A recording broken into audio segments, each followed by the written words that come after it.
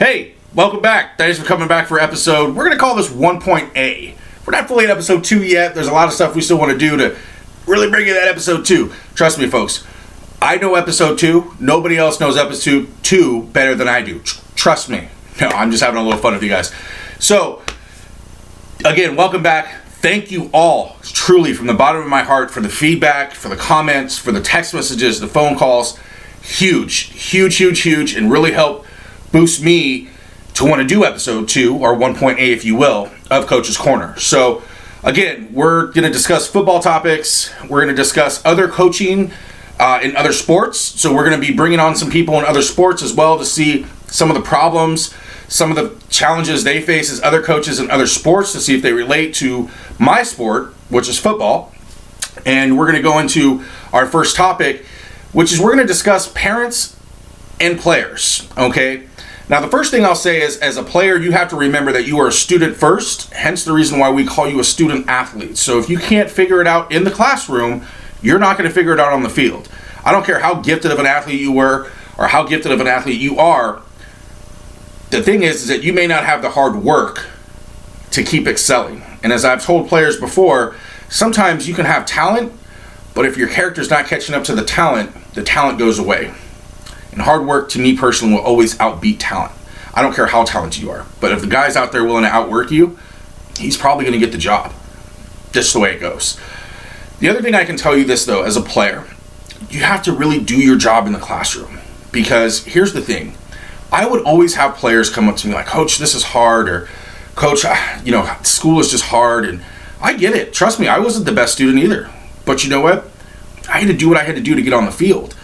And the thing is, what you don't understand is, because I have plenty of friends that are teachers and teachers that are coaches, you can't be excuse my language, you can't be an asshole in class. Like, if you're just that guy that's just an asshole, nobody's going to want to deal with you. So when you need that extra help, or you need that extra pass, or the difference between a D and a C minus, you're not going to get it. You know why? Because you're an asshole. You have to own up to that. So the other part of what I will say is, when you're actually a student and you tell me it's hard, look, bottom line is this. You could literally show up to class, and I'm not saying this is true on all campuses, but if you show up to class and you're not an a-hole, and you actually pay attention, do your job, and you know what, laugh at a few corny jokes, make the teacher feel good about what he's doing, that's probably a C minimum. And guess what? If you decide to actually do some work and present yourself, probably a B. If you excel, that's an A. Again, and there's other things. I had guys that would get Fs in PE. PE! You're an athlete, for God's sakes, man. What's wrong with you? You know why? Because the effort wasn't there. I talked to the PE teacher. Why does my student have an F in PE? Like, do you not like him, or what is he doing? Well, he doesn't dress. He doesn't bring his PE clothes to school. Whatever the situation is, with you not dressing or not doing whatever you're supposed to do, and you're getting an F in PE, that's on you. Nobody's going to feel bad for you. The other part of this is, when you're actually in class and you don't communicate those things, like to a coach, hey coach, I'm having trouble getting my PE clothes, or hey coach, I'm having trouble with this. Can you help me? 9 out of 10 times they're going to be able to figure it out. And especially if you have an on-campus coach, they're going to help figure it out for you. Just trust me, okay? Now, moving on to the parents. The thing is, I get parents that say, well, why is this happening to my son, or why is X happening to my son? Well, ma'am, your son doesn't show up to practice.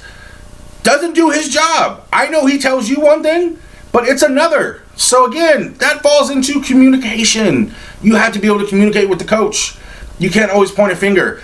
So if you're a parent, I ask you, please communicate with the coaches on staff. Be a part of the program. You have no idea how much and how helpful that is. I used to search and beg for a team mom at some schools I was at, because it's huge. Huge. I can't tell you how huge it was for us to have that at Napa High. We didn't have a team mom, we had a team family. We had families that would just take us in. I know Mary Bedreau, Andrew Bedreau's mom. Literally, Mary and Rich, that door was open all the time for players. All the time, because it was safe. and they always looked out for us. And I'm not telling you as a parent you have to do that, but I know that last year I coached, there's a couple parents out there that took in kids all the time, had pool parties, etc. Awesome. Keep doing it. Great job. You have no idea how much it means to the program. Now, moving on to our next topic, which is really going to be former players that played at the school. So I'm actually asking you, if you're watching this and you're a guy that went to the NFL, went to college, went to something besides high school, go back. Go back to the school. Go talk to those kids. Trust me. And I'm not saying that there's guys that don't do it. I know there's a ton of guys that do. But there's guys out there that they lost track. They're a little bougie. I'm not going to put names out there, but they're out there. Go back and talk to the school. Because trust me, I can tell you right now, and I'll give you an example of myself. I can remember when I was a sophomore at Napa High School, Steve Hendrickson, the one NFL player I know at that time, I've had quite a few since then, John Boyette, Mike Gibson, etc., that have gone to the league. And when Steve Henderson came back, I believe we were doing stadiums that day. And anybody knows that went to Napa High, stadiums are yes, you know what. So we're running stadiums, and I can tell you I never ran stadiums so hard in my life because I just wanted his attention. I just wanted him to see me and be like, who is that kid? Trust me, you go back, talk to these kids, it makes a huge difference. You know why? Because they see somebody that came from the same school, the same grounds as them, that made it.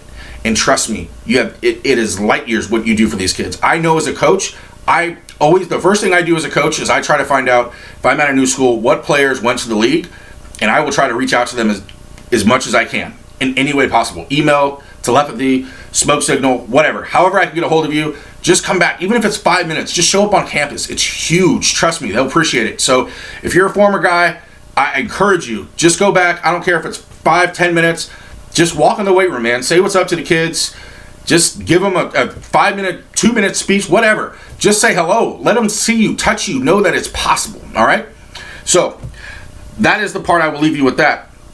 Now, moving on to other things, what I did want to talk about in regards to our show is the part that's going on. I know it happens in Sacramento, and I know it happens a lot of other places, is recruitment. Now, I know I'm going to hurt some people with this, because there's some schools out there and there's some coaches that may see this that know god darn well what they do is, I don't want to say it's illegal, but it's definitely not fair. Okay?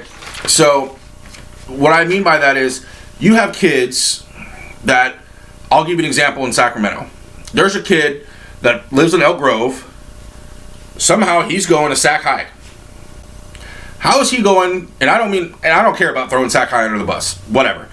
I don't have anything personal against that school, but what I'm saying is that how do you have a kid that lives in Elk Grove and goes to your school? You know what? I don't even blame the school anymore. I blame parents. And this is the thing I'm going to ask you, parents. I know that you want the best for your child, and I know that you work on putting them in the best position, but what happened to the days of like, hey, you're going to the school down the street because I have to work and I have to do every other thing in life to make sure that you have a life and support you. So what happens to that is because we get parents nowadays that, well, I'm looking out for my kid. Like, I want my kid to go to the best school. So what happens is you get a kid that is going to an out-of-district school that ends up becoming a 2 or a 3 on a team and would be the star athlete at his home school. So what it does is it hurts programs. It's almost basically a high school form of recruitment. And guess what? Parents turn a blind eye to it. I can't wait till that changes. Or I ask, if you're a unified school district member somewhere high up in the chain, vote to make it legal for recruitment, and let's make it equal on all playing fields, because that's a huge violation. I'm not going to call any school out right now, and I'm not saying that Sac High recruits, so I want to get that clear, but there's schools in this area that know darn good and well that those kids belong at another school. That's fine, man. Do what you got to do to win, and I'm not taking anything away from you. Heck, matter of fact, let's look at IMG Academy in Florida. I mean, they had 12 plus Division I scholarships on one team. One team. That school used to be an academy for kids to go actually learn to get better. They decided to turn it into a school. So, well, guess what they do? They'll fly teams in to play them. Oh, Long Beach Poly? Sure, you want to come play us in Florida? We'll fly you in. Again, guys, as a coach, you beat your head up all the time of like, how do you keep up with this? You can't. So I can tell you right now, as a coach, I'm not going to beat my head up on how to try to keep up with the IMG academies, the schools that are just pretty much bringing in kids from all over the country. I'm not going to keep up with them because you know what? I lose sleep. I lose a part of my life. I lose time with my family and friends. It's not going to happen. But you know what? We're going to actually coach some damn good football players, and we're going to put them in the best positions possible, and we're going to make sure they get to college.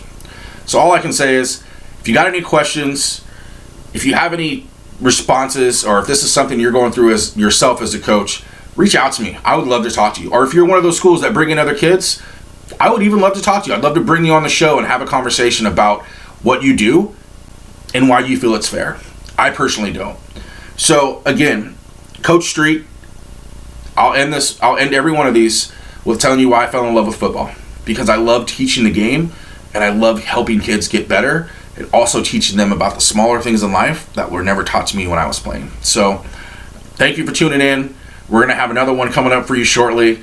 I promise bigger, better graphics, everything. Just stay tuned. Stay with us. Thank you so much. I love you.